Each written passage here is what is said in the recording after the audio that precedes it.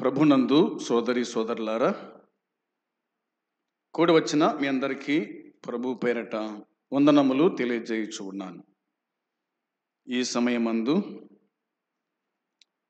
పౌలు ఎఫెసీయులకు రాసిన పత్రిక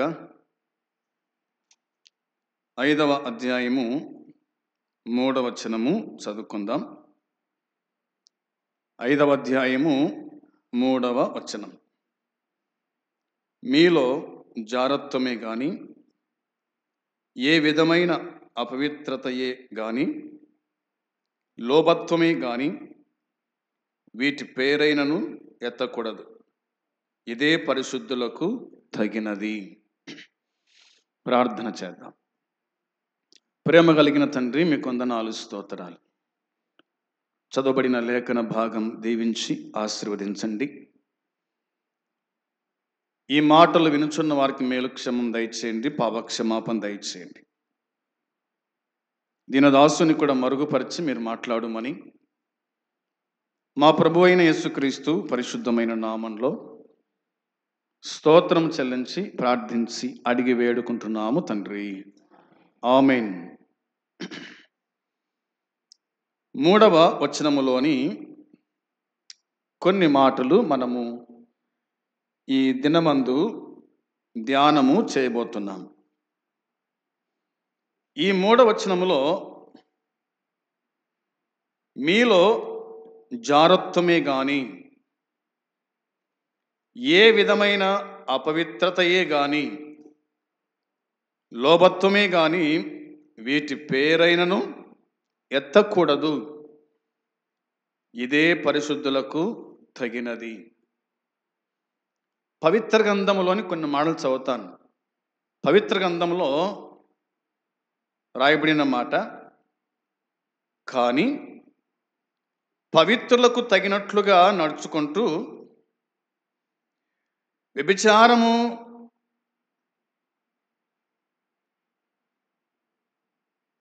కలుషితాంతము, అత్యాశ వీటిని సూచించే మాటలు సహా మీ మధ్య ఎవరు ఎత్తకూడదు అనే మాట రాయబడింది. అంటే దాదాపుగా సంఘములోని విశ్వాసులైనటువంటి వారు లేదా దేవుణ్ణి పోలి నడుచుకున్నటువంటి వారు, దేవుణ్ణి ప్రేమించేవారు, దేవుని తగినట్టుగా జీవించే వాళ్ళు, దేవుని యొక్క సోదరిమణులను అనగా విశ్వాసులైన వాళ్ళు, విశ్వాసులను ప్రేమించేటువంటి వాళ్ళలో ఇలాంటి వాటిని గురించి మీరు ఏమాత్రం కూడా మాటలాడకూడదు. ఎందుకు అంటే ఇది పరిశుద్ధులకు తగదు అన్నాడనమాట. ఇది పరిశుద్ధులకు తగదు. పరిశుద్ధులైన వాళ్ళు పరిశుద్ధంగానే ఉండాలి. దేవుని వాక్యమైన బైబిల్ చెప్తున్న మాట ఏమిటంటే, పరిశుద్ధుడు పరిశుద్ధునిగానే ఉండనిమ్ము, పాపాత్ముడు పాపాత్ముగానే ఉండనిమ్ము, అపవిత్రుడు అపవిత్రునిగానే ఉండనిమ్ము. ఒక దినమందు నేను తీర్పు తీరుస్తానని ప్రకటన గ్రంథంలో మనం చూస్తాం. ఏ విధంగా నడిచేవారు ఆ విధంగానే ఉండాలి. ఇంకా నువ్వు పరిశుద్ధంగా జీవిస్తున్నావా, పరిశుద్ధంగానే ఉండు. నువ్వు అపవిత్రంగా జీవిస్తున్నావా, అపవిత్రంగానే ఉండు. నీవు దేవునికి దూరమైనావా, అట్టే దూరంగా, అంత్యంగా. కానీ పరిశుద్ధులను అపవిత్రతలోకి లాగడము, అవునా, ఇలాంటివి చేయకూడదు. వాటికి తావియకూడదు. వాటికి దూరంగా ఉండండి. ఇవి పరిశుద్ధులకు తగదు అన్నాడనమాట. ఇవి పరిశుద్ధులకు తగదు. దేవుని వాక్యమైన బైబిల్లో మనం చూసినప్పుడు 4వ అధ్యాయం చూడండి. మొదటి వచనంలో 4వ అధ్యాయం మొదటి వచనం. కాబట్టి మీరు సమాధానమను బంధము చేత ఆత్మ కలిగించు ఐక్యతను కాపాడుకుంటయందు శ్రద్ధ కలిగిన వారై ప్రేమతో ఒకరినొకడు సహించుచు. 3వ వచనం కూడా, మీరు పిలువబడిన పిలుపునకు తగినట్లుగా దీర్ఘశాంతముతో కూడిన సంపూర్ణ వినయముతోనూ సాత్వికముతోనూ నడుచుకొనవలెనని ప్రభువును బట్టి ఖైదీనైన నేను మిమ్మల్ని బతిమాలుకొనుచున్నాను. పౌలు మాట్లాడుతూ చెప్పిన మాట, మీరు సమాధానమను బంధము చేత ఆత్మ కలిగించు ఐక్యతను కాపాడుకుంటయందు శ్రద్ధ కలిగిన వారై అనే మాట రాయబడింది.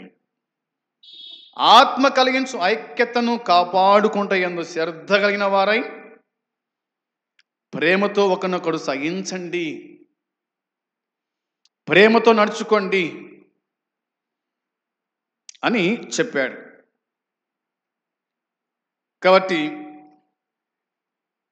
మీకు ఏది అవసరము అంటే దీర్ఘశాంతం, వినయము, సాత్వికము, ఇవి మీకు అవసరం. ఇలా మీరు జీవించండి, ఇలా మీరు బతకండి, మిమ్మల్ని మీరు కాపాడుకోండి, మీరు పరిశుద్ధంగా బతకండి అని పౌలు చెప్పినట్టుగా మనకు దేవుని వాక్యం గుర్తు చేస్తూ ఉంది. ఈ మాటలు చెబుతూ ఇదే పౌలు రాశాడు కొరింథీ మొదటి పత్రిక 6వ అధ్యాయము 13వ వచనం. కొరింథీ మొదటి పత్రిక 6వ అధ్యాయము 13వ వచనంలో రాయబడిన మాట చూడండి. భోజన పదార్థములు కడుపునకును కడుపు భోజన పదార్థములకు నియమింపబడి ఉన్నవి, దేవుడు వాటిని నాశనము చేయును. దేహము జారత్వము నిమిత్తము కాదు కానీ ప్రభు నిమిత్తమే, ప్రభు దేహము నిమిత్తమే అని అన్నాడు. ఇక్కడ భోజన పదార్థముల గురించి ఆయన మాట్లాడుతూ వచ్చాడు. భోజన పదార్థములు కడుపునకును, అవునా, కడుపు భోజన పదార్థములకును అన్నాడనమాట. కడుపు ఏం ఆశిస్తుంది? భోజనం ఆశిస్తూ ఉంది, భోజన పదార్థము ఆశిస్తూ ఉంది అనేది గుర్తు చేసుకోవాలి. అవి నియమింపబడ్డాయి అంతే, ఇవి నియమించబడ్డాయి. తర్వాత దేవుడు వాటిని నాశనము చేయును. దేహము జారత్వము నిమిత్తము కాదు, దేహము జారత్వ నిమిత్తం కాదు, ప్రభు నిమిత్తమే, ప్రభు దేహము నిమిత్తమే అన్నాడనమాట. ఇందులో మనకేమర్థమవుతుందంటే ఈ దేహము ప్రభు నిమిత్తము, మనం ప్రభువును మహిమపరిచే వారిగా ఉండాలని, ప్రభువును కలిగి ఉండాలని మనకు ఇందులో కనిపిస్తుంది. ఆ మాట మనము గుర్తుంచుకోవాలి. వచనం 18 కూడా చూడండి. 18 వచనం రాయబడిన మాట, జారత్వమునకు దూరంగా పారిపోవుడి, మనుషులు చేయు ప్రతి పాపమును దేహమునకు వెలుపట ఉన్నది, గాని జారత్వము చేయువాడు తన సొంత శరీరమునకు హానికరముగా పాపము చేయుచున్నాడు అని రాయబడింది. పౌలు భక్తుడు మాట్లాడుతూ దేహముతో దేవునికి మహిమ రావాలి అన్నాడు. దేహముతో దేవునికి మహిమ రావాలి, ఎందుకంటే దేహాన్ని దేవుడు మనకిచ్చాడు. దేహాన్ని దేవుడు మనకిచ్చాడు కాబట్టి ఈ దేహముతో దేవుణ్ణి మహిమపరచండి. అవునా? వాక్యం ఉంది కదా, అక్కడనే రాయబడింది, విలువ పెట్టి కొనబడిన వారు గనుక మీ దేహముతో దేవుణ్ణి మహిమపరచండి. వచనం 20 రాయబడింది ఆ మాట. కాబట్టి మీ దేహములు క్రీస్తునకు అవయవములై ఉన్నవని మీరెరగరా అన్నాడు. మీ దేహములు క్రీస్తునకు అవయవములై ఉన్నవని మీరు ఎరగరా? నేను క్రీస్తు యొక్క అవయవములను తీసుకొని వేసి యొక్క అవయవములుగా చేయుదునా అదెంత మాత్రమును తగదు. అదెంత మాత్రం తగదు. వేశ్యతో కలుసుకొని వాడు దాంతో మరి ఏక దేహమై ఉన్నాడని మీరు ఎరగరా? వారిద్దరూ ఏక శరీరమై ఉందురు అని మోసే చెప్పుచున్నాడు.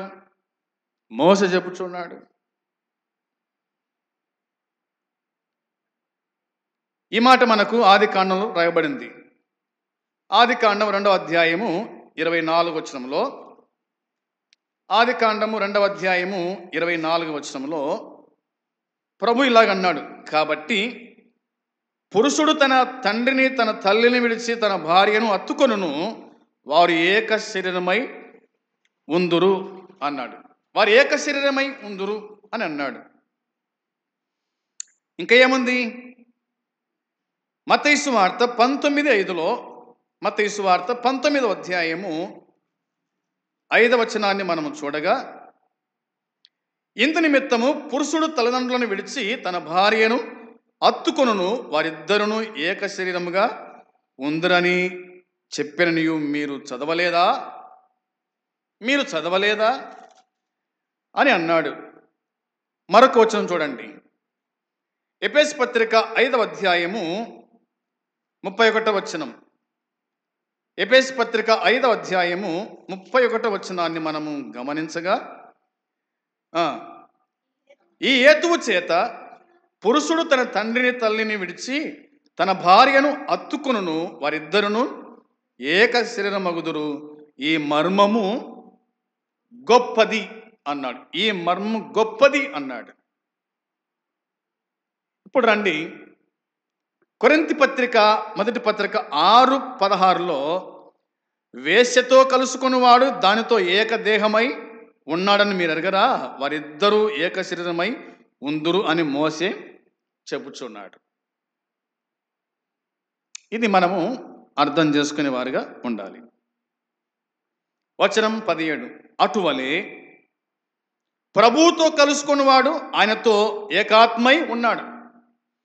ప్రభువుతో కలుసుకున్నట ఒక విశ్వాసి, ఒక దేవుని బిడ్డ ప్రభువుతో కలుసుకున్నట అనగా దేవునితో కలుసుకున్నట, వారిద్దరు ఏకమై ఉన్నారు. అవునా? ఏకాత్మై ఉన్నాడు అన్నాడు అన్నమాట. అటువలే ప్రభువుతో కలుసుకున్నవాడు ఆయనతో ఏకాత్మై ఉన్నాడు. 4:4లో ఏముంది? ఎఫెసు పత్రిక 4వ అధ్యాయం 4వ వచనంలో మనము గమనించినప్పుడు ఇలాగ రాయబడింది, శరీరం ఒకటే, ఆత్మ ఒకటే, ఆ ప్రకారమే మీ పిలుపు విషయమై ఒకటే, నిరీక్షణ ఎందుంటకు పిలువబడి తిరిగి అన్నమాట ఉంది. శరీరం ఒకటే, ఆత్మ ఒకటే, ఆ ప్రకారమే మీ పిలుపు విషయమై ఒకటే నిరీక్షణ ఎందుంటకు మీరు పిలువబడి తిరిగి అనే మాట కనిపిస్తుంది. ఇంకా మనం ఆలోచనిస్తే కనుక ప్రభు అయిన యేసుక్రీస్తు ఇలా మాట్లాడుతూ వచ్చాడు. యోహాను సువార్త 17:21లో, యోహాను సువార్త 17:21 రాయబడిన మాట, మరియు నీవు నన్ను పంపితివని లోకము నమ్మునట్లు తండ్రి నాయందు నీవును నీయందు నేనును ఉన్నులాగున వారును మనయందు ఏకమై ఉండవలనని వారి కొరకు మాత్రమే నేను ప్రార్థించటం లేదు. వారి వాక్యం వలన నాయందు విశ్వాసముంచు వారందరూ ఏకమై ఉండవలనని వారి కొరకు ప్రార్థించుచున్నారు. ఏకమై ఉండాలి. అవునా? నాయందు నీవున్నావు, నీవు నేను ఏకమై ఉన్నాం.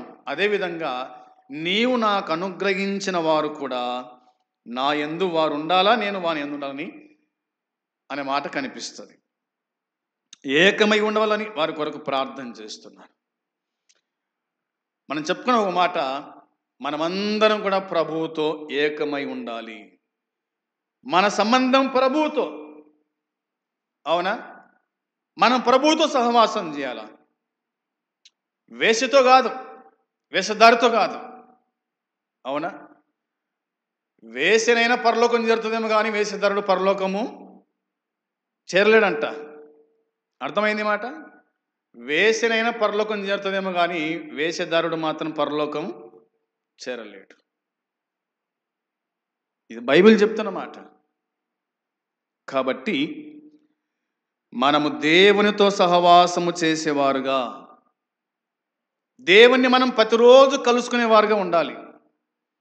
ప్రతి ఉదయకాలం ప్రభుతో కలుసుకోవాలి, ప్రతి మధ్యాహ్న కాలం ప్రభుతో కలుసుకోవాలి, ప్రతి రాత్రి కాలం కూడా మనం ప్రభువుతో కలిసి ఉండాలి, కలుసుకోవాలి. ఆయనే మనకు దేవుడు, మనము ఆయనకు పిల్లలం. కాబట్టి ఒక తండ్రి వద్దకు పిల్లలు ఏ విధంగా చేరుతారో, ఒక తల్లి వద్దకు పిల్లలు ఏ విధంగా చేరుతారో, ఆ విధంగా మనం దేవుని పిల్లలం కాబట్టి దేవుని వద్దకు మనం చేరేవారుగా ఉండాలి. అప్పుడు ఆయన మనతో మాటలాడుతాడు. వచనము 18లో రాయబడిన మాట చూడండి.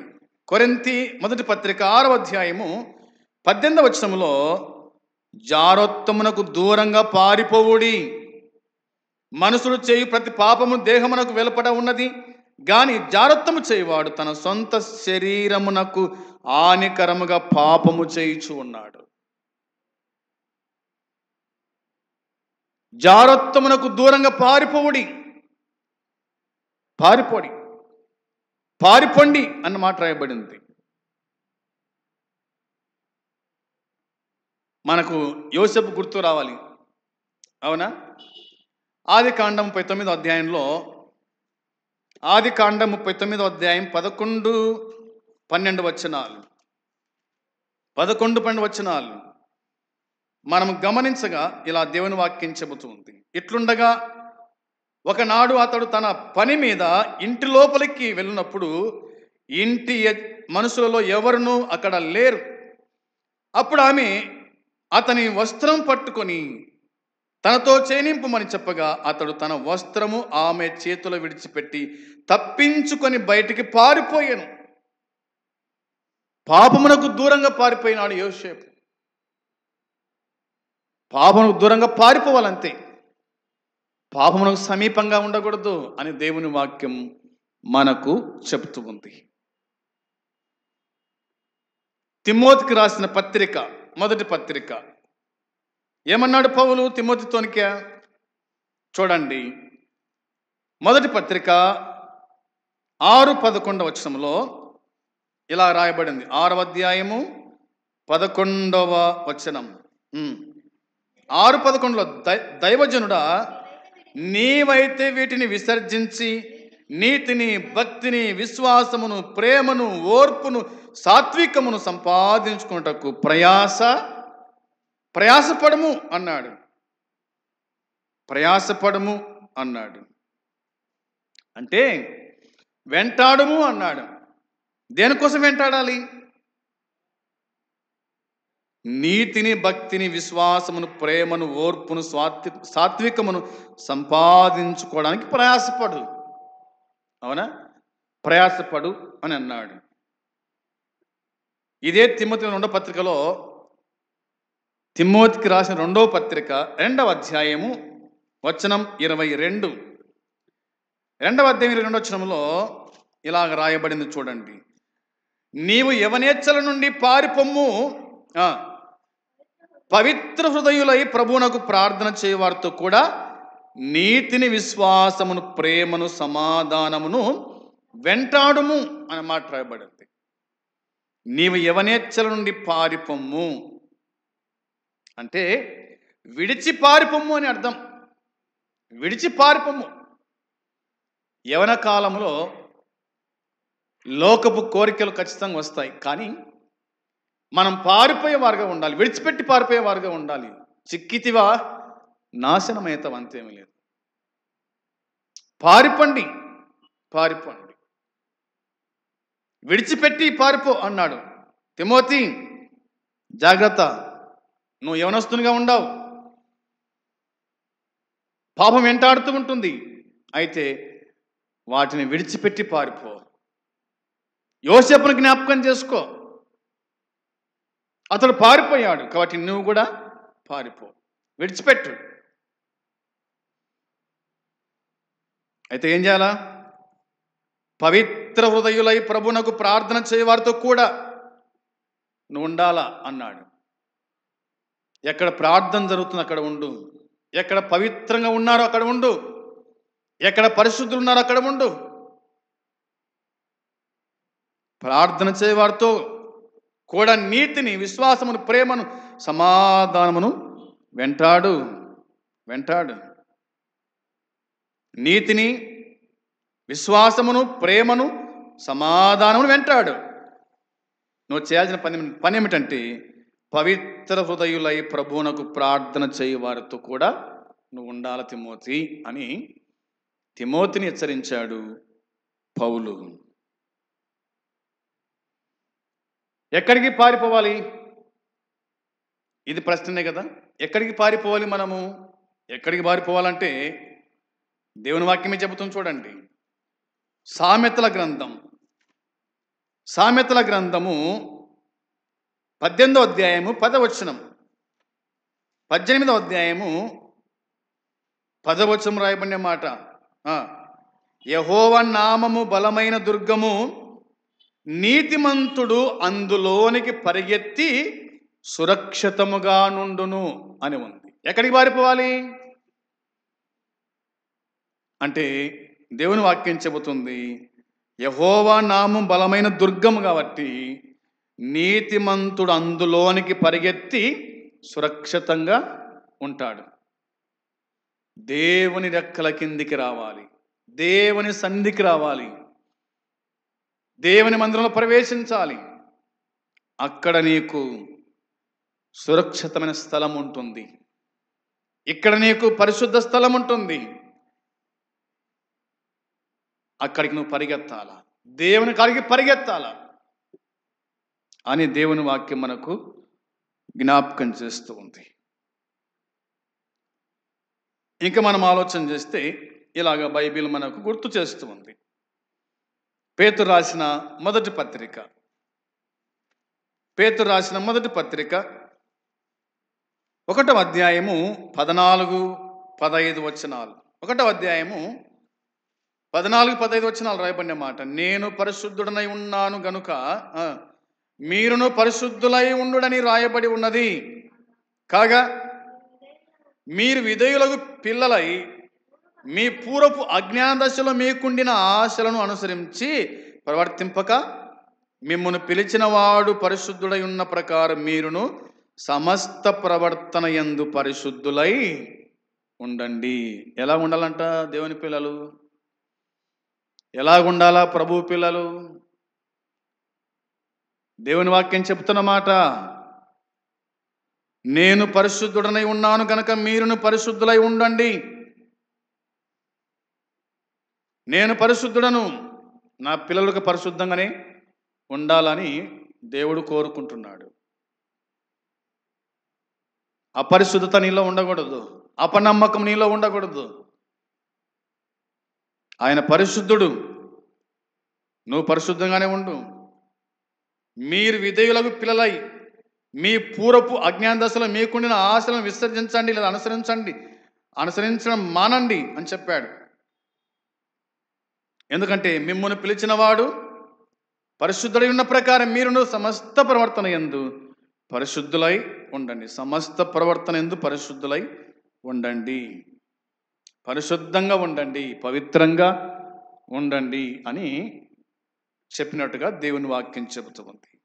ఇంకేం రాయబడిందంటే యోహాను రాసిన మొదటి పత్రికలో ఇలాగుంది. యోహాను రాసిన మొదటి పత్రిక 2వ అధ్యాయం 6వ వచనం, 2వ అధ్యాయం 6వ వచనంలో ఆయన వాక్యము ఎవడు గైకొనునో వానిలో దేవుని ప్రేమ నిజముగా పరిపూర్ణమాయను. ఆయన యందు నిలిచి ఉన్నవాడని చెప్పుకొనివాడు ఆయన ఎలాగూ నడుచుకొనెనో అలాగే తానును నడుచుకొన బద్ధుడై ఉన్నాడు. మనం ఆయన ఎందున్నామని దీని వలన తెలుసుకొనుచున్నాము. మనము కదా, మనం ఆయన ఎందున్నామని దీని వల్ల తెలుసుకొనుచున్నాం అని రాయబడింది. కాబట్టి ఆయన వాక్యము ఎవడు గైకొనునో వానిలో దేవుని ప్రేమ నిజంగా పరిపూర్ణమాయను. ఆయన వాక్యమును గైకొంటూ కదా, ఆయన వాక్యము గైకొనాలి. అప్పుడు ప్రేమ నిజంగా, దేవుని ప్రేమ నిజంగా పరిపూర్ణమవుతుంది. ఆయన యందు నిలిచి ఉన్నానని చెప్పుకొనివాడు ఆయన ఎలాగూ నడుచుకునేనో అలాగే తాను నడుచుకొన బద్ధుడై ఉన్నాడు. ఆయన ఎలా జీవించాడో మనం అలా జీవించాలి. ఆయన ఎలా నడుచుకున్నాడో మనము కూడా అలాగనే నడుచుకోవాలి. ఆయన పరిశుద్ధుడు, మనం పరిశుద్ధంగానే ఉండాలి. ఆయన నీతిమంతుడు, మనము నీతిమంతులుగానే ఉండాలి. ఆయన నడుచుకునే విధానము మనం గమనించి ఆ ప్రకారంగా నడుచుకునేవారుగా ఉండాలి అన్నాడు. అప్పుడే మనం ఆయన యందు ఉన్నామని దీనివల్ల ప్రజలు గ్రహించగలుగుతారు అనేది దేవుని వాక్యం మనకు జ్ఞాపకము చేస్తూ ఉంది. అందును బట్టి మనము గుర్తుంచుకోవాల్సిన మాట ఏమిటంటే 5వ అధ్యాయం ఎఫెసీ పత్రిక 5వ అధ్యాయం 3వ వచనములో రాయబడిన మాట, మీలో జారత్వమే గాని ఏ విధమైన అపవిత్రతయే గాని లోభత్వమే గాని వీటి పేరైనను ఎత్తకూడదు, ఇది పరిశుద్ధులకు తగదు. కాబట్టి పరిశుద్ధంగా జీవించే వారికి ఈ పైవన్నీ కూడా ఏమాత్రం మనసులో ఉండకూడదు. వాటి పేరు కూడా ఎత్తకూడదు. మనం వాటి జోలికి పోకూడదు, వాటి పేరు ఎత్తకూడదు. మనకు ఇవి తగదు, అంతే. ఇవి మనకు దూరంగా ఉండాలి. మనము వీటికి దూరంగా ఉండాలి. పరిశుద్ధంగా జీవించి పవిత్రంగా జీవించి ప్రభు కోసమై బ్రతకాలని దేవుని వాక్యం చెబుతుంది. ఆ విధంగా బ్రతకడానికి ప్రభు సహాయాన్ని మనము కోరుకొని పరిశుద్ధంగా బ్రతుకుదాం. అట్టి కృప దేవుడు మనకు సంపూర్ణంగా అనుగ్రహించునుగాక. ఆమేన్. ప్రార్థన చేద్దాం. ప్రేమగల తండ్రి, పరిశుద్ధుడైన దేవ, నీ పాదములకు వందనాలు, స్తోత్రములు, కృతజ్ఞతాస్తుతులు చెల్లించుకుంటున్నాం. దేవా, మేము ఎలా జీవించాలనో, ఎలాగూ బ్రతకాలనో నీ గ్రంథములోంచి కొన్ని మాటలు బయలుపరిచారు. అందుని బట్టి స్తోత్రం. ఎవడు దేని ఆశిస్తాడో దానికే బాధ్యుడై ఉంటాడని రాయబడిన మాట. దేవా, మేము నీ పిల్లలము, నువ్వు మాకు తండ్రి కాబట్టి మేము నీతో అనుదినము ఈ విధంగా కలుసుకుంటూ